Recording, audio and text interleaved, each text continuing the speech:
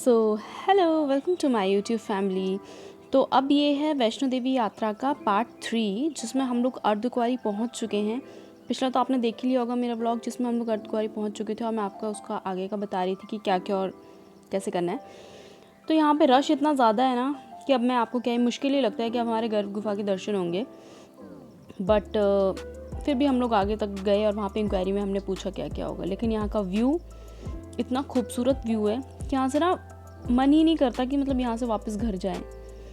तो फाइनली हम लोग बैठ गए थे और हम लोगों ने अपना रजिस्ट्रेशन डलवा लिया है गुफ़ा के लिए। तो हमारा 495 नंबर था, जो कि हमारा आना था कल रात को 2 बजे। तो फाइनली फिर हम लोगों ने सोचा पहले माता रानी के दर्शन कराते हैं, उसके बाद फिर हम नीचे आएंगे। तब कि हमें भूख लग गई और हम लोगों ने कुछ सैंडविच वगैरह ख़रीदे यहाँ पे। उसके बाद हम लोगों ने अपनी यात्रा फिर दोबारा शुरू कर दी। और आप देख सकते हैं यहाँ पे अभी शाम होने को आ गई थी, लेकिन श्रद्धालु फिर भी आए जा रहे थे। यहाँ पे मतलब कभी भी खाली नहीं रहता है ट्रैक। यहाँ पे चलते ही जाते हैं, क्योंकि माता रानी की एक अलग ही शक्ति है यहाँ पे। आप देख सकते हैं शाम हो गई है, एकदम अंधेरा सा हो गया है। और मैं और मेरी भांजी सुमायरा, हम दोनों थोड़े आगे आ गए थे और बाकी मम्मी पापा और मेरी दी ये पीछे धीरे धीरे आ रहे थे। तो फिर मैंने सोचा कि चलो कुछ छोटा सा व्लॉग बना लेती हूँ। यहाँ पे आप देख सकते हैं एक बहुत प्यारा सा मंकी, उसने क्या किया कि एक भैया थे उनकी बॉटल लेके पीछे से फाड़ के उसने नीचे गिरा के पीने लग गया।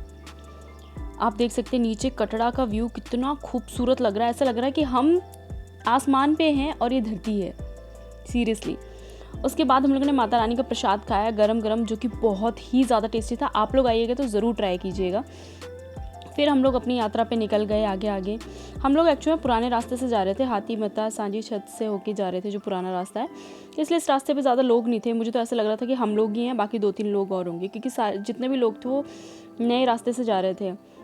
और उसके बाद फिर हम लोग निकल गए थे धीरे धीरे। यहाँ पे एक्चुअली नवरात्रों के लिए ना बहुत काम हो रहा था। यहाँ पे भैया वगैरह जो थे वो पेंट वेंट कर रहे थे।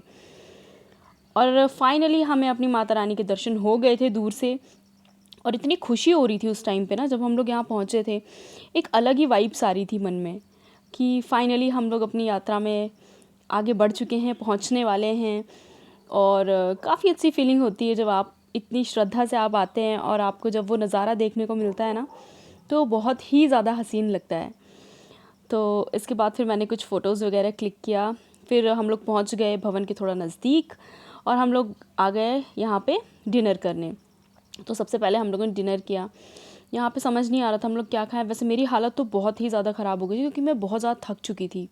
मैं आपको क्या ही बताऊँ, क्योंकि सुबह से हम लोग चले हुए थे। सुबह से चल के अब हमें रात हो गई थी। लेकिन चलो, थकान तो अपनी जगह है, लेकिन फिर भी एक खुशी भी थी। तो आप देख सकते हैं फाइनली हम लोग माता रानी के नज़दीक पहुँच रहे हैं। हम दुर्गा भवन के नज़दीक आ रहे थे। तो अभी दर्शन वगैरह को तो अभी हम देखेंगे कि हमें कब करने हैं। और फाइनली हम दुर्गा भवन के नज़दीक थे और देखिए कितना सुंदर